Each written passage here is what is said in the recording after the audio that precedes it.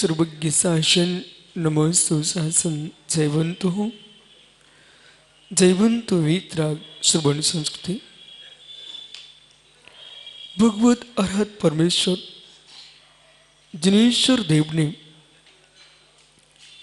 जगती के प्राणियों के लिए परम उपदेश दिया।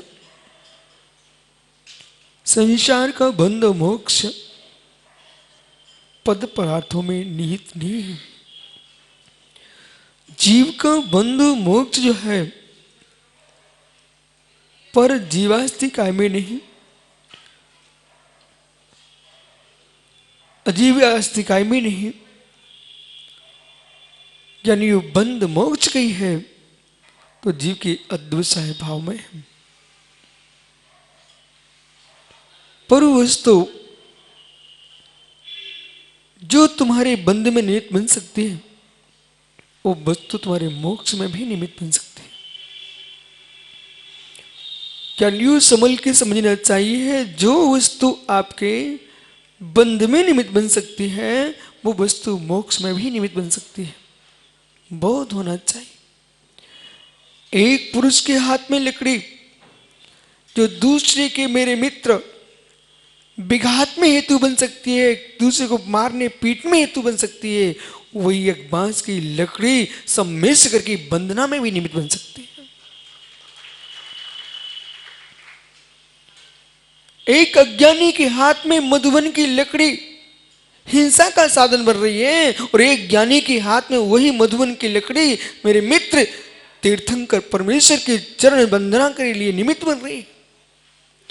एक रागी का जन्म जो है बंध का भोग का कारण है और एक विरक्त जीव का जन्म भी मेरे मित्र योग का कारण है। उपयोग की धारा आपकी है, उपयोग की धारा आपकी है। उपयोग क्या है? जो वस्तु एक पेंसिल बोला जो बंध का कारण बन सकती है वो मोक्ष का भी कारण बन सकती है। किसी को गाली लिख दिए, झूठी गवाही लिख दिए, मित्र कुशास लिख के रख दिया, ये बंध का कारण बनेगी। वही पेंसिल है मित्र वीतरा कथा करने में चली जाए और निर्वाण का कारण बन जाएगा। इसलिए इंद्रियों में बंध नहीं, इंद्रियों में बंध नहीं, देह में बंध नहीं, इंद्रियों में बंध नहीं, देह में बंध नहीं, देह के संबंधियों में बंध नहीं। बंध स्थान कहीं है तो अद्वैसाय स्थान है। जहां पुरुषार्थ करना चाहिए वहीं करना चाहिए। बंध स्थान जो है अद्वैसाय स्थान है। जहां अद्वैसाय स्थान होगा वह नियम से बंध स्थान होगा।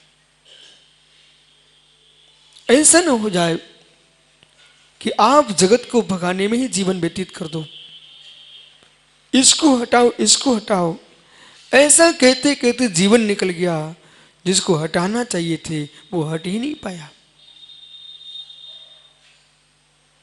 अहो सर्प, केचली तो जीवन भर निकालता रहता है, निर्विष नहीं होता। जहर की थैली एक दिन निकल जाए तो निर्विष हो जाए। ऐसे मित्र घर द्वार तो जीव ने अनंत बार छोड़े हैं, जीते नहीं छोड़ पाए तो मृत्यु के बाद छूट जाते हैं। लेकिन घर द्वार छोड़ने की जगह राग छोड़ देता तो मेरे मित्र बंध का अभाव हो जाता। क्या त्यागा है, क्या छोड़ा है, क्या त्यागा है, क्या छोड़ा है। छोड़ने के बाद भी स्मृतियां गूंजती रही।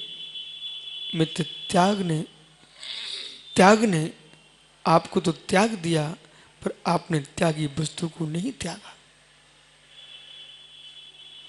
जिस वस्तु को आपने छोड़ा था, जिस वस्तु को आपने छोड़ा था उस वस्तु ने तो हेमंत पाटनी आपको छोड़ दिया। एक का सिक्का आपने मंदिर के गोलक में डाल दिया, यानी उस सिक्के ने आपकी जेब को छोड़ दिया।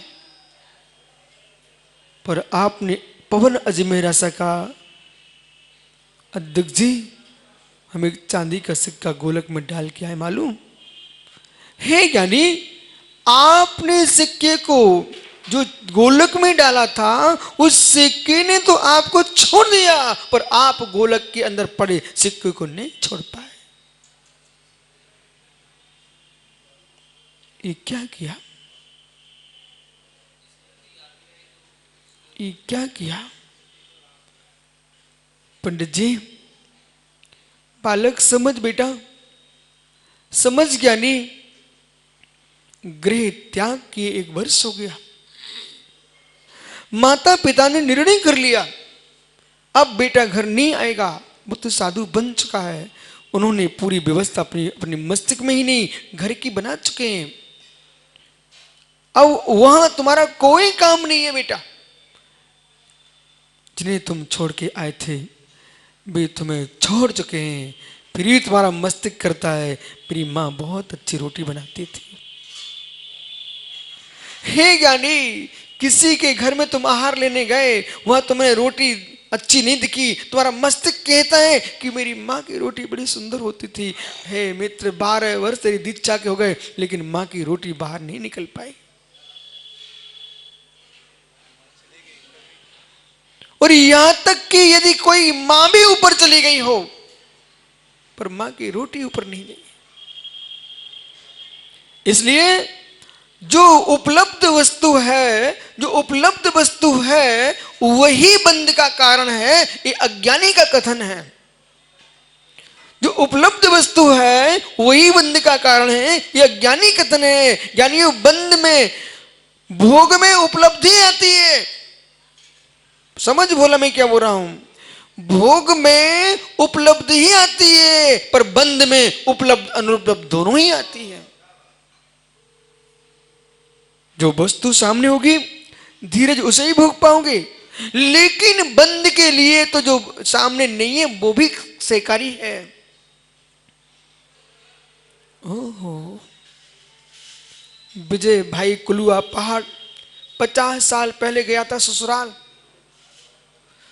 उसे बेचारे को मंडक में सासू ने क्या परोसा था वो उतना अच्छा लग रहा, वो उसकी मिठाई की याद आ रही है।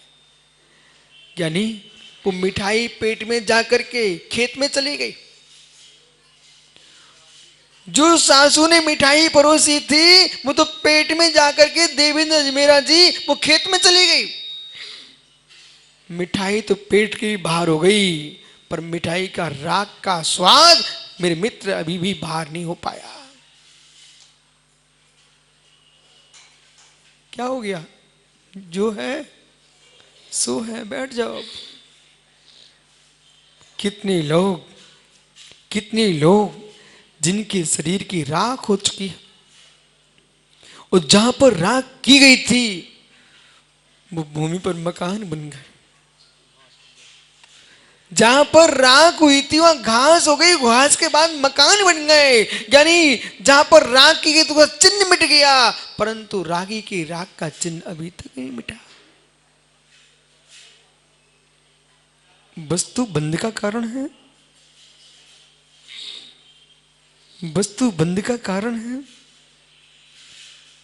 वस्तु बंध का कारण नहीं है। वस्तु भी बंध का कारण नहीं है, व्यक्ति भी बंध का कारण नहीं है। वस्तु बंध का कारण नहीं है, व्यक्ति बंध का कारण नहीं है। नाना व्यक्ति दिखाई देते हैं, नाना वस्तु दिखाई देती है, सबके प्रति तुम्हारी दृष्टि एक क्यों नहीं होती है? हे मित्र, बंध का कारण वस्तु नहीं है, व्यक्ति नहीं है, बंध का कारण राग है। एक राग की लीला देखो, ये राग की लीला देखो। राग के बस होकर के व्यक्ति ने अपना धर्म भी नष्ट कर लिया, कर्म भी नष्ट कर लिया। यानी यश, कुल, जाति, वंश परंपरा, धर्म, इन सबको नौछावर कर दिया। ये राग की लीला देखो। जब जब यश मन में भाव आए कि मैं कौन हूं, और राग सताए तब सोचना मैं कौन हूं। विश्वास रखना, कांटा चुभ जाए सुखानंद पुत्र, कांटा चुभ जाए बेटा मात्र मात्र पैर में कष्ट होता है कुछ नहीं के लिए, और जिनमें राग का कांटा लगा है वो कष्ट सर्वांग में होता है। एक पैर का कांटा, उस कांटे को निकालने की सामर्थ्य दूसरे वैद्य के अंदर हो सकती है। मुख्य ध्यान दो मैं क्या बोल रहा हूं, किसी व्यक्ति के कांटा लग जाए तो वो किसी दूसरे से निकलवा सकते हो, पर राग का कांटा लग जाए उसके लिए संसार में निकालने की सुई ही नहीं है, कोई सूझी नहीं है। और ऐसा विश्व में कोई वैद्य ने जन्म नहीं लिया कि किसी दूसरे के राग के कांटे को हम निकाल सके। कांटा पैर में चुभा तो पैर में ही दुख होता है, लेकिन राग का जो कांटा है वो सर्वांग में कष्ट देता है। मित्र, कांटा चुभ जाए तो कम से कम व्यक्ति पानी तो पी लेता है, भोजन तो कर लेता है, भगवान का नाम तो ले लेता है, लेकिन राग में तो मित्र न भगवान दिखते हैं, न भोजन दिखता है, न पानी दिखता है, वहां तो राग ही राग दिखता है। हे ज्ञानी, अब मत देना किसी को गाली, अब मत देना किसी को गाली कि नाश मेट बेको, कह सको मैं तो कह देना हे राग नाश मेट बेको। यानी यदि नाश मिटेगा कोई है संसार में तो कौन है? हे मित्र, नाश मिटे संसार में कोई है तो कौन है? यानी तेरा राग है, तेरे प्रशस्त भाव को नाश मेटा, तेरे पुण्य भाव को नाश मेटा, अंदर की शांति को नाश मेटा। इसलिए सौम्य सागर जी कह देना सरवार सागर से, जन्म मिला है राग से, जन्म मिला है राग से, मरण न हो पाए राग से।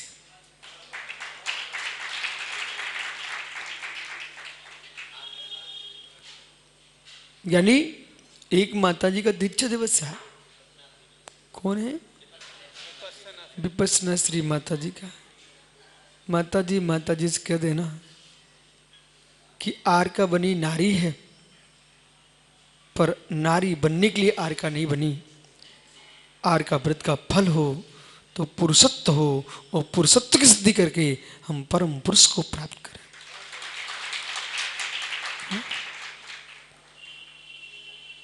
ये तभी संभव है। राग से नारी बना है जीव, राग से मनुष्य बना है जीव।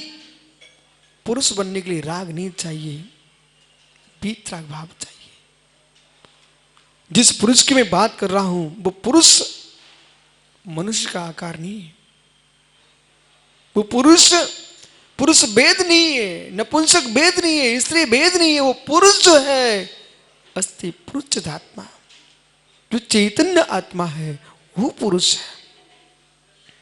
उस पुरुष की सिद्धि के लिए ही, उस पुरुष की सिद्धि के लिए ही मेरे मित्र मैंने दीक्षा ली है, उस पुरुष की सिद्धि के लिए ही यानी इन्होंने दीक्षा ली है। और नियोग देखो सुब्रत सागर जी, इन्होंने आज विश्वास सागर ने याद दिलाया कि जहां पर मेरी दीक्षा हुई वहां पर उसी मंच पर इनकी दीक्षा हुई है। ज्ञानियों, वही आपकी अम्मा ने 3 प्रतिमा धारण की है। इसलिए श्रीयांश गिरी में कभी आचार्य समंत पद स्वामी पधारे होंगे। ज्ञानियों, अनुपम सागर सोच रहे हैं कि बोले हमारे भतीजे ने सबके नाम लिए, मुझे क्यों छोड़ दिया? आप टेंशन मत लो, चाचा है ये। अच्छा ज्ञानियों, तो आप टेंशन मत लो, आप भी वहीं जन्मे हो, बिंदुश्री भी वहीं जन्मी है, अब खुश हो ना? ओहो। परंतु यहां पर जो गाथा कह रही है वो ये कह रही है क्षेत्रों में जन्म हो सकता है राग से, क्षेत्रों में मरण हो सकता है राग से, लेकिन समाधि मरण होगा वीतराग भाव से। राग जन्म दिला सकता है, राग मरण दिला सकता है, राग समाधि मरण नहीं दिला सकता। राग समाधि मरण नहीं दिला सकता। इसलिए ज्ञानी अपने अपने घर जाके इतना बोल सकते हो क्या? बोल सको तो मैं कहूं, बोल सकते हो ना क्या? इतना बोल देना, इतना बोल देना घर जा करके, ज्ञानियों हम अपने गुरु के मुख से एक शब्द सुन के आए, राग से जन्म हो सकता है, राग से मरण हो सकता है, पर मित्र राग से समाधि मरण नहीं हो सकता है। समाधि मरण चाहिए है, समाधि मरण चाहिए है, तो मेरे मित्र राग का मरण करना पड़ेगा। जो समाधि राग नहीं दे सकता है, समाधि राग नहीं दे सकता है, तो भगवत्ता राग कैसे प्रदान कर सकता है? जगती पर जितने जीव गिरे हैं, जितने गिरेंगे, जितने पतित हुए हैं, जितने पतित होंगे, हे मित्र ये सब राग की महिमा है। एक के राग ने रावण का पतन करा दिया, एक के राग ने रावण का पतन करा दिया। मित्र एकमात्र जानकी के राग ने लंकेश अपनी सारी विद्याएं भूल गया। संपूर्ण विद्याएं, संपूर्ण कलाएं, प्रदीप भैया अपने मित्र से कह देना, जगत की जितनी विद्याएं हैं, जितनी कलाएं हैं, जितना ज्ञान है, विज्ञान है, ये तभी तक तुम्हारे पास है जब तक किसी में राग नहीं है तुम्हारा। संपूर्ण समझ तभी तक काम करती है जब तक किसी की आंखों में तुम्हारी आंखें नहीं टिकी जाके। एक जानकी को देख करके, सीता को देख करके लंकेश की सारी बुद्धि भ्रष्ट हो गई। ये भी नहीं सोच सका कि 18,000 रानियों का स्वामी हूं। बहुत सारा विषय आदमी अमित गति संयमी नहीं होता, बहुत सारे आदमी संयमी नहीं होते, लेकिन मर्यादा संयमित रख देती है। कम से कम समाज की, देश की, राष्ट्र की जो मर्यादा इज्जत है, वंश की, इसे संभाल के रखना। मन संयमित नहीं होता जिनका, मन संयमित नहीं होता जिनका, मर्यादाएं संयमित रख देती है। अपनी डायरी पे नोट कर लेना, मन संयमित नहीं हो पाए, मन संयमित नहीं हो पाए तो भाव बिगड़ जाएगा। वो मर्यादा संयमित नहीं हो पाई तो मेरे मित्र लोक में अपयश छा जाएगा। मन का असंयम दुनिया के नेत्रों के सामने नहीं है, मन का असंयम चाक्षुष नहीं है, लेकिन तन का असंयम चाक्षुष है। जिसने पंडित जी आपको पंडित के रूप में देखा हो बेटा, बड़ी आस्था से देखा हो, वो तुमको भगवान के रूप में देखता हो और उसी से आप अपने मन की इच्छाओं की पूर्ति के विचार कर लोगे, विश्वास रखना, विश्वास रखना, आस्थाओं की हत्या जो आपसे हुई है वो दुनिया से नहीं हुई। धर्मात्माओं का धर्म है, धर्मात्मा को धर्म है कि धर्म के मार्ग पर चलते ना। बहुत संभल के समय में क्या बोल रहा हूं, धर्मात्माओं का धर्म है कि धर्म के मार्ग पर चलते ना, और चले हो तो धर्म से दूर होके चलो मत। यदि संसार में कोई पापी जीव है, बोला उससे कभी धर्म की हंसी नहीं होती, क्योंकि दुनिया देखती है तो पापी है। पहचान तुमने धर्मात्मा की बनाई है और फिर पाप करने आ जाओगे तो सबसे ज्यादा धर्म की हंसी तुम कराओगे। इसलिए जीवन में किसी भी मार्ग पर कदम रखो, किसी मार्ग पर कदम रखो, एक बार सोच लेना, विचार लेना और इतना निर्णय करना अपने जीवन में, हम नीचे गिरे हैं तो कितना नीचे और गिरना है।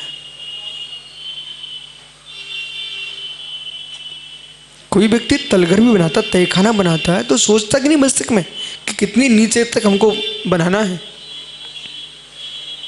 तो कम से कम माताओं इतना निर्णय कर लेना चाहिए, नीचे मुझे गिरना तो कितना नीचे गिरना है, उसकी सीमा बांध लो। यानी उसकी भी सीमा बांध लीजिए। अच्छा ये होगा कि नीचे गिरने का विचार मत करो, आप विचार ये करो किस पुरुषार्थ में ऊंचा उठूं, ऐसा विचार करो। धर्म स्थानों के कंगूरे बनाकर के ऊंचे आकाश का स्पर्श करा देना, गगन चुंबी शिखर बना के खड़ा कर देना सरल है, गगन चुंबी अपना चारित्र बनाना कठिन है। गगन चुंबी मंदिरों में, गगन चुंबी इमारतों में मेरे मित्र परमात्मा की मूर्ति स्थापित कर सकते हो, लेकिन तुम्हारा चारित्र गगन चुंबी हो गया तो तुम स्वयं परमात्मा बन जाओगे।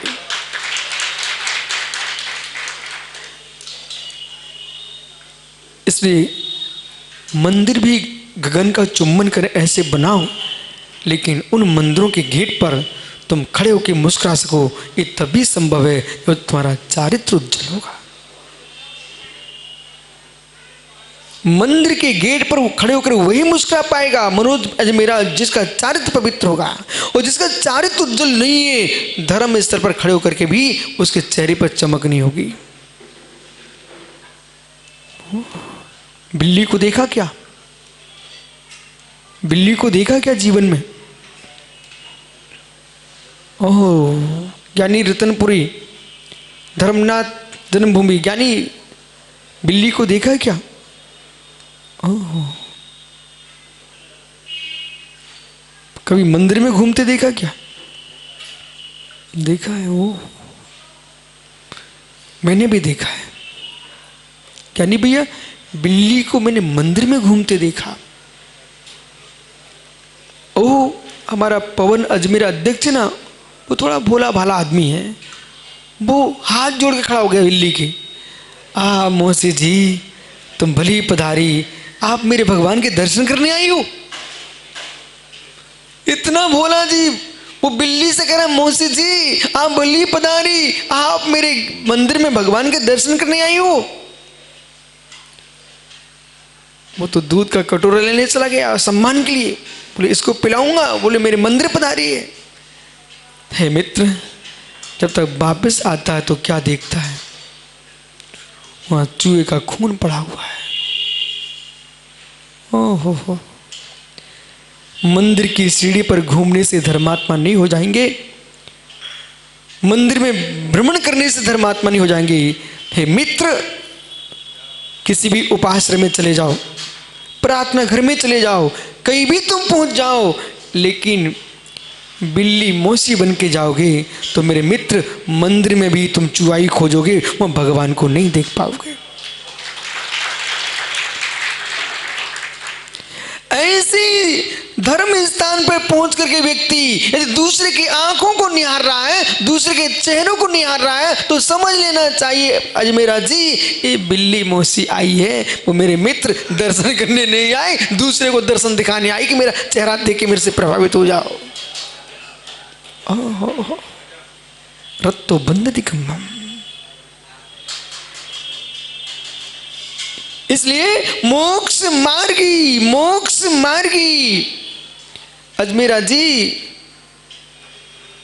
मध्य प्रदेश में एक इटारसी करके गांव है, होशंगाबाद के पास, मालूम है आपको? और इटारसी इसलिए आप जानते हो कि बहुत बड़ा वहां पर जंक्शन है, इसलिए आप समझ गए। इटारसी में सुब्रत सागरी आपको तो याद है मित्र, वहां पर जब मैं गया तो खुले मैदान में उन्होंने प्रवचन कराया। एक बार दोबारा गया तो एक वैदिक मंदिर था, बहुत विशाल मंदिर में पंडाल था, मंडप था। उस मंडप में 2 बार प्रवचन मेरे हो चुके सुब्रत सागरी, याद है आपको। पूरी हिंदू समाज बड़े प्रेम के साथ प्रवचन कराए। वहां का प्रवचन मुझे याद है। जो अभी लास्ट में जो प्रवचन हुआ था, वो प्रवचन मात्र इतना ही था, दूसरे से प्रभावित होना पाप है। तो लोग मेरी तरफ आंखें फाड़ के देखने लग गए, बोले क्या गुरुजी प्रवचन कर, बोले दूसरे से प्रभावित होना पाप है। ब्रह्मांड का सबसे बड़ा कोई पाप है वो दूसरे से प्रभावित होना ही है।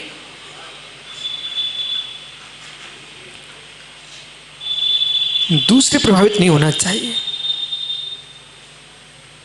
पवन भैया, पवन भैया, भैया कह रहा हूं, देखो सुन लो मेरी बात को, पवन भैया कह रहा हूं, फिर जीवन में कोई भैया कहने वाला मिले ना मिले। पवन भैया, ये हेमंत पाटनी ना, इस ज्ञानी से कह देना, ओह दूसरे से प्रभावित होना पाप है।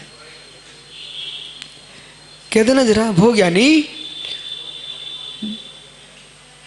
ओह हो, देखा देखा।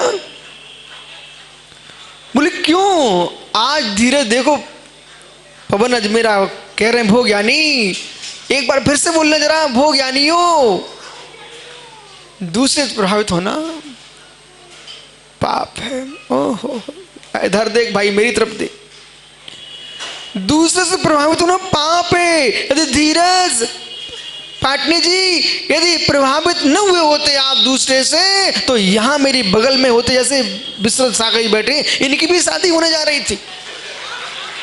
ओहो, बताऊं क्या, टेंशन का विषय नहीं है। भी हमारे अनुपम सागर जी बैठे ना, इनकी बुआ से इनकी शादी होने वाली थी मित्र, बे आर का बन गए, महाराज बन गए। अब सोचिए आप, जो प्रभावित नहीं होता वो मेरे महाव्रती बन जाता है। ओहो, बोलो अनुपम सागर बराबर, ये महाराज जी बन गए, वो माता जी बन गए।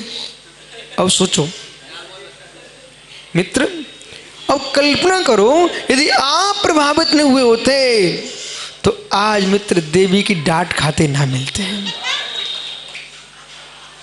बच गए विश्वनाथ सागरी, बच गए मित्र, समझो बच गए। जो विशिष्ट पुण्यात्मा जीव होते वो बच जाते हैं, दोनों ही बच गए।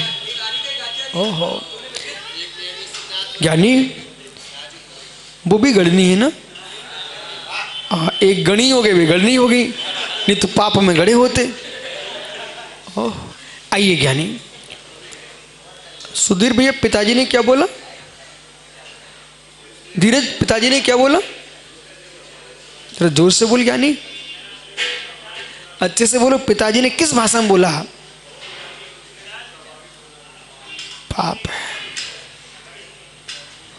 पांचों के पांचों पाप, पांचों के पांचों पाप, हिंसा, झूठ, चोरी, कुशील, परिग्रह, पांचों के पांचों पाप दूसरे से प्रभावित होकर ही होते हैं।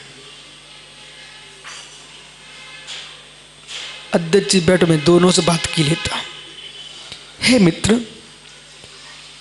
पाटनी जी कभी अपने घर की नाली तो साफ की होगी ना? इन हाथों से पूछना, जिन करों से सुबह आप तीर्थंकर परमेश्वर के मस्तकों पर ही जल की धारा छोड़ करके गंधोदक बनाते हो, जब भक्ति उमड़ती है ये हाथ अरहंत के ऊपर अभिषेक करके मेरे मित्र गंधोदक बनाते हैं। जब राग की ओर दौड़ते हो तो मित्र घर की नाली में तुम्हारी पत्नी के बच्चे भी लघु शंका गए होंगे, तो सासू की बिटिया भी गई होगी। ऐसा कौन सा तुमने कर्म कर डाला, पाप कर्म कर डाला, यानी कि आपको दूसरे की बेटी की नाली, लघुशंका जाने वाली नाली को साफ करना पड़ता। वो धिक्कार हो।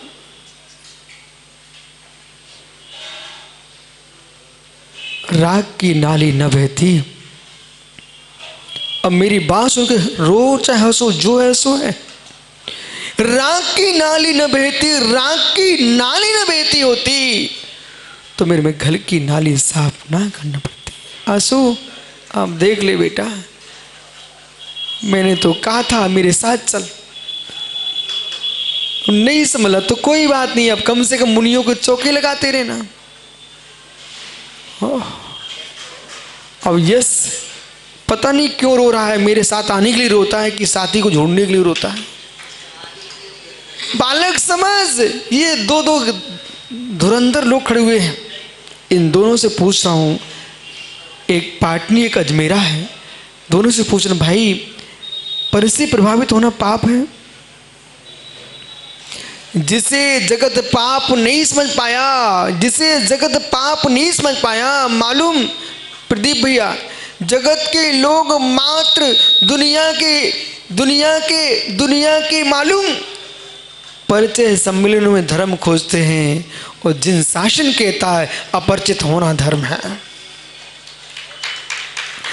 जगत के लोग मात्र परिचय सम्मेलनों में, धर्म स्थानों में पंच सम्मेलन करा रहे हो, वो कह रहे वो धर्म कर रहे हैं, उन्हें यही धर्म दिख रहा है, लेकिन जिन शासन कहता है मित्र अपरिचित होना ही धर्म है। शांति का धर्म चाहिए, शांति का धर्म चाहिए तो अपरिचित हो जाइए, और मेरे विषयों का धर्म चाहिए तो परिचित हो जाइए। क्या चाहिए? शांति का धर्म चाहिए तो मित्र फिर आ जाइए। भैया देखो ये आपका मित्र क्या हो रहा है, शांति का धर्म चाहिए। क्या नाम भैया का? उज्जवल फादर जी हैं।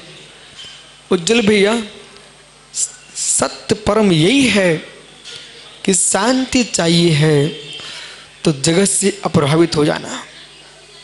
अब विश्वास मानना, विश्वास मानना, जब से पर से बड़ा है अशांति बड़ी है। वो आप इतना ही नहीं, गाड़ी में ट्रेन में चलते चलते कोई यात्री से दो बातें हो जाए ना, फिर पत्राचार प्रारंभ हो जाता है।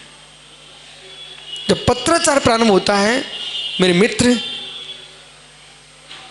अंतरदेशी का पैसा और बर्बाद होने लग गया। जिस पैसे से आप किसी गरीब का पेट भर सकते थे, वो तुम्हारे राग में पैसा बर्बाद होने लग गया। और मित्र जब लेटर लिखोगे ना, पत्र, वो समय जो तुम भगवान का नाम ले सकते थे, वो मेरे मित्र अब पत्र लिखने में समय जाने लग गया। परिचय की महिमा देखो, जो समय प्रभु की माला में जाता था आज उसके लेटर लिखने में जा रहा है। पुण्य बढ़ गया, पुण्य बढ़ गया। पर से प्रभावित होना प्रदीप भाई, पर से प्रभावित होना पाप है। हाँ, मुझे मालूम था तुम ऐसा प्रश्न करोगे। हे ज्ञानी, ऐसा आपको लगता है कि आपसे प्रभावित हुआ हूं तो मेरे लिए पाप कैसा? हे मित्र, जो नारी से प्रभावित हुए उस पाप की अपेक्षा से ये पुण्य है, लेकिन निज में लीन हो गए तो ये भी पाप है। ओहो, पुनः सुनिए, पुनः सुनिए। भैया बैठ जाओ। पाटनी जी, प्रदीप इस ज्ञानी से पूछो, एक जीव, इधर देखना पाटनी जी, एक जीव दूसरे को भोजन कराता तो आनंद आता है, आता है, 100% आता है। विशेष सागर जी, मुझे भी जब साधुओं के आहार देने के भाव आते थे ना, जैसे यहाँ के युवा, गया के युवा, छोटे बच्चे सब देखता भाई धोती दुपट्टा पहन के दौड़ रहे, गुरु जी, आनंद आता है इन बच्चों को। देखो ठंडी के मौसम में गया में कहाँ के युवा आके बैठ गए, इतने सारे युवा आ गए। देखो भिंडी से इतने सारे कहाँ के युवा बैठे हैं, क्यों आए मात्र? बोले आहार देना।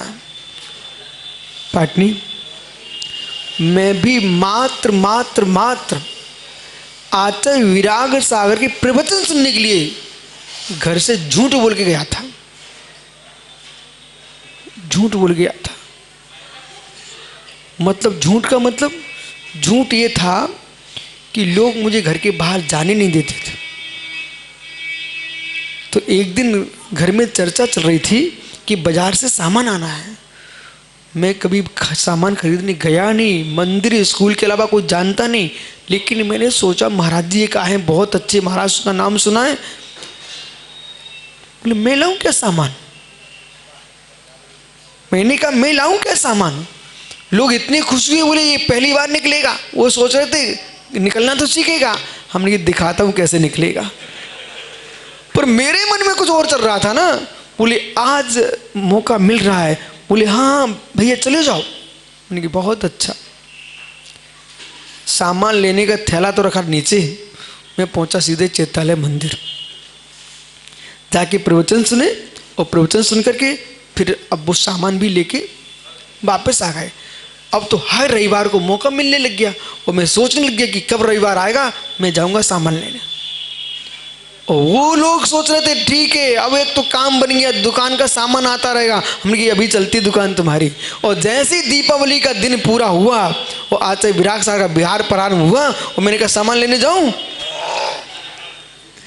ज्ञानी फिर ऐसा सामान लेके गया, ऐसा लगेगा कि सामान उनका अब अभी आ ही रहा है।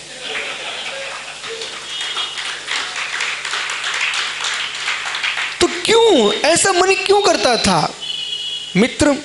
निर्गंत गुरुओं के पास जाने का मन करता है और ये परम सत्य है। एक बार कोई इनके पास पहुंच गया फिर मुड़ना मुश्किल है। मालूम प्रदीप आपके उज्जवल फादर जी को भी कल मन करेगा पुनः चलूं, और नहीं भी आ पाएंगे, नहीं भी आ पाएंगे ना तो घर में ये बार बार बोलेंगे, अपनी देवी से कहेंगे मैं कहीं गया था लेकिन जीवन में पहली बार ऐसा मुस्कुरा पाया, तेरे पास हंस पाया लेकिन मुस्कुरा कभी नहीं पाया। इनको भी अपने बेटे की मां से बोलना पड़ जाएगा कि तेरे सामने हंसा तो कई बार हूं लेकिन मुस्कुरा तो उसी दिन निकल गई थी जिस दिन मंडप में आया था। अब जो है सो है। तो जब प्रभावित हुआ गुरु से यहां तक आ गए, अच्छी बात है। लेकिन हे ज्ञानी, हे ज्ञानी बात ऐसी है जब तुम ट्रेन में जाना चाहते थे और समय पे ट्रेन मिल गई आपको गाड़ी तो मुस्कुराते हो। अब सुनो, अब इनको एक मिनट में समझ में आने वाला है। जिस गाड़ी में जाना चाहते थे, मधुबन जाना था, सम्मेसकर की ट्रेन आपको गया से मिल गई, ईसरी उतरना था, मित्र बड़े मुस्कुरा गए, बोले समय पे मिल गई। और जैसे ज्ञानी ईसरी पहुंची वो भाई साहब नींद लग गई और धनबाद पहुंचे। और जैसे धनबाद पहुंचते और नींद खुली, ट्रेन में झांक के देखते, बोले स्टेशन लिखा है। अब बोलो ज्ञानी कैसा लग रहा है, ईमानदार से बोल ज्ञानी कैसा लग रहा है। ओहो हो, ये ट्रेन से उतरना था मुझे, मधुबन जाना था, ये कहाँ गया हूँ। ज्ञानी जो आपको 1 घंटे पहले जो ट्रेन आनंद दे रही थी पाटनी जी, वही ट्रेन आपको दुख देना प्रारंभ हो गई, बोले इससे उतरना था मुझे। ऐसे ज्ञानियों देव सा गुरु से प्रभावित होने की सीमा में जब तक स्टेशन ना मिल जाए तब तक बैठे रहे उनके चरणों में, और जब निज में लवण का समय आ जाए तो उनसे भी दूर होना पड़ जाएगा। आ गया समझ में? विराजो।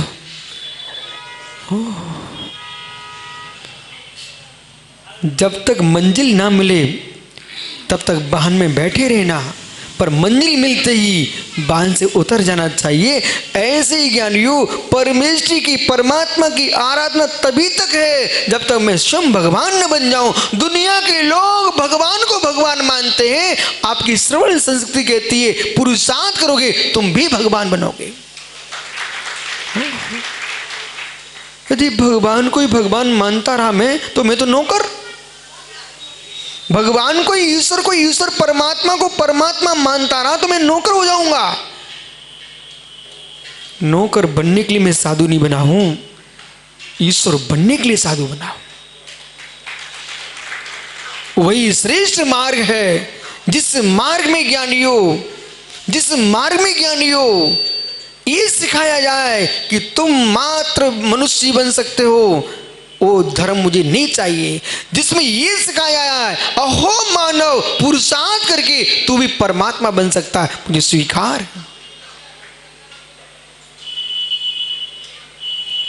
उन नेताओं के पीछे नहीं घूमता मैं जो स्वयं नेता बन के रहें, वो मेरे से कहें मात्र कि मेरी चप्पलें उठाते रहो, फर्श बिछाते रहो। ये वो दर्शन नहीं है जिसमें नेता माँ तुमसे फर्श बिछवाता रहो, चप्पलें उठवाता रहे। ये वो दर्शन है, हे मित्र तुम मेरे पास तो आओ, तुम भी सीख जाओ, तुम भी राष्ट्रपति बन जाओ, तुम प्रभु बन जाओ। पर से प्रभावित होना, कुछ बोलो आगे। ओह, मेरे से मत बोलो, अपने हृदय से बोलो। राकेश काला महावीर बड़जात्या की बिटिया से प्रभावित न होता तो मित्र आज तुम भी महाराज होता। अब क्या है, अब जो है सो है। अब सुबह शाम डोरे घूमते रहो। दुनिया में ये क्या हुआ, पर से प्रभावित होना। बोले आंखें तभी सूझती हैं जब दूसरा आंखों में घुस जाता है। बोले क्या बोले, आंखें तभी सूझती हैं जब दूसरे की आंखें स्वयं की आंखों में प्रवेश कर जाती हैं। यदि पर की आंखें आंखों में न आए तो मेरे मित्र आंखें साफ होती हैं। ये ताली क्यों बजाई आप लोगों ने? गया के लोग इतने ज्ञानी हो चुके हैं, तुरंत समझ जाते हैं। और तीर्थंकर के माता पिता मित्र, अब तो आनंद मनाओ ना, अब क्यों तुम सूने साने बैठे रहते हो? मंत्री जी बेचारे का तो ढोलक बजवा दो ना, बेचारे का अब तो क्यों सूना, कब तक बैठा रहेगा सूना साना? ज्ञानियों बैठो काला जी, बस तो स्वभाव देखो। पर से प्रभावित होना पाप है। आज तुम्हारे लिए इतनी प्रवचन है, जब तक समझ में नहीं आए तब तक रटते रहना। पर से प्रभावित होना और विश्वास रखना, आपको नियम से समझ में आ जाएगा। पर से प्रभावित होना, ओहो, जानकी से प्रभावित हुआ रावण, उसकी क्या दशा हुई देख लीजिए। द्रौपदी से प्रभावित हुआ ज्ञानी कीचक, उसकी क्या अवस्था हुई देख लीजिए मित्र। ज्ञानियों आपको बोध होना चाहिए, पांडवों की संपत्ति से प्रभावित हुए कौरव, उनकी क्या दशा हुई।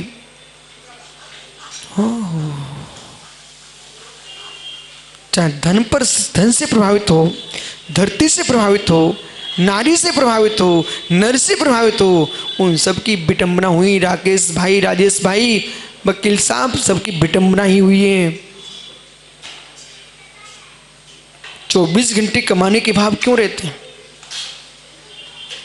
24 घंटे मित्र पैसे कमाने के परिणाम क्यों चलते रहते हैं भाई? पर से प्रभावित न हुआ होता तो मैं विश्वास के साथ कहता हूं, आप लोग कभी मुझे नहीं देखते हो? इतने भीतरा के श्रवण बैठे हुए हैं, इनको भी देख लिया करो। जो दुनिया से प्रभावित नहीं होता उससे दुनिया प्रभावित होती है।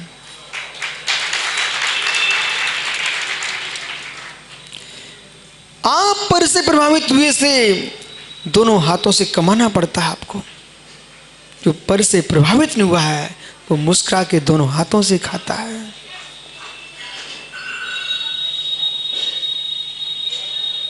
यहां से लेकर के कहीं तक सोच लेना, और जब तक नींद न आने लग जाए तब तक विचारते रहना। माताओं सुन रहे ना, पर से प्रभावित होना सत्य है। ओहो, ये तो नारी शक्ति बोल रही है ऐसा आज। माँ फिर से बोलना, जोर से बोलो, इनको समझ में आना चाहिए। पर से, ओहो, माँ घर जाके बेटे बेटियों से जरूर बोल देना, बेटे बेटियों जरूर बोल देना, और अपने बेटे के पिता से भी बोल देना यानी पर से प्रभावित होना पाप है। यदि चिल्लाए तो और धीरे से बोलना, यानी समझ मैं तेरे से प्रभावित न हुआ होता तो ये दशा न होती, मेरे हाथ में आर का बन के पिच्ची कमंडल होता। पर से प्रभावित होना पाप। जिनको मालूम पर से प्रभावित होने की लीला तो देखो। यदि कोई व्यक्ति मुस्कुराए, मां यदि तुम्हारे पति देव की मां का वियोग हो जाए तो कौन रोता है? ईमानदारी से बोलना, यदि तुम्हारे पति देव की मां का वियोग हो जाए तो किसको रोना पड़ता है? और आपकी मां का वियोग है तो किसको रोना पड़ेगा? अच्छे पर से प्रभावित हो, दोनों जगह रोना पड़ता है। मां के वियोग में रोना पड़े, सासू मां के वियोग में रोना पड़े, और मेरे मित्र रिश्तेदार में कहीं वियोग हो जाए तो वहां जाके चेहरा बनाना पड़ जाए। ये पर के प्रभावित की महिमा तो देखो। मन में भले मुस्कुरा रही हो लेकिन बाहर दिखाना ही पड़ता है, तो मायाचारी का पाप पड़ेगा। ललित सेठी मन में लग रही भरा चला गया, लेकिन उसके द्वारे जब बैठने जाते तो ऐसा चेहरा बनाते जैसे यही सब कुछ हो। पर से प्रभावित होना पाप है। ओहो, यानी जीवन में सुखमय जीवन जीना हो तो आचार्य देवनंदी महाराज की संगपति से बोल देना, यानी पर से प्रभावित होना। जरा बोल देना भैया वहीं बैठा है।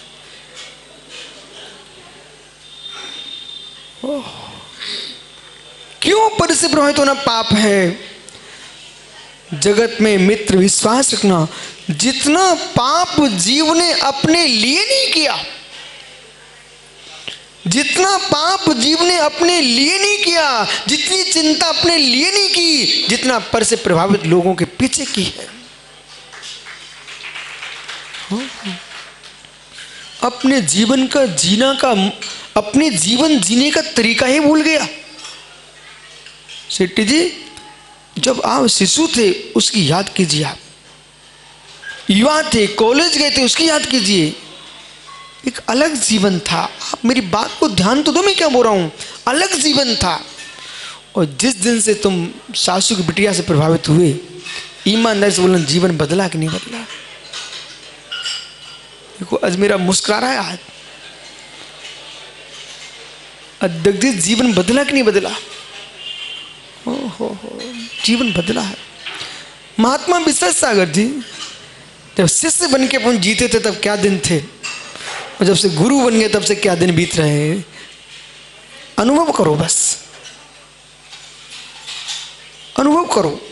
इस बात को मैं मात्र आपसे नहीं कह रहा हूं, मैं अपने आप से भी कह रहा हूं।